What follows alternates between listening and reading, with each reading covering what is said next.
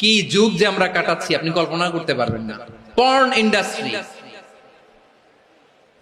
নারী পুরুষের বস্ত্রহীন যুগল দৃশ্য, এটাকে দিয়ে ওরা কোটি ডলারের ইন্ডাস্ট্রি বানিয়েছে।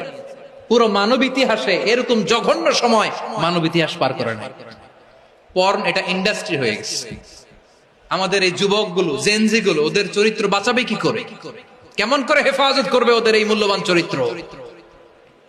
আমার প্রিয় ভাইরা, এই অশ্লীলতার দ্য লেটেস্ট ভার্সন হচ্ছে LGBTQ, শরীফ থেকে শরীফা।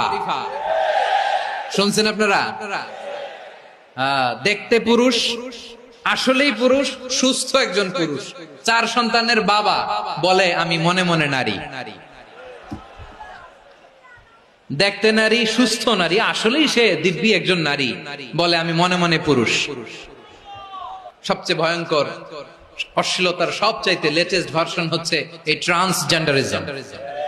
সুস্থ পুরুষ তার বায়োলজিক্যাল গ্রোথকে হরমোন দিয়ে স্টপ করে দিয়ে সে সার্জারি করে নারী হতে চায়।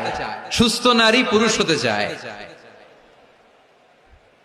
পুরুষ পুরুষের প্রতি সেক্সুয়ালি আকর্ষণ বোধ করে। এটা লূত আলাইহিস সালামের কওমের মধ্যে ছিল।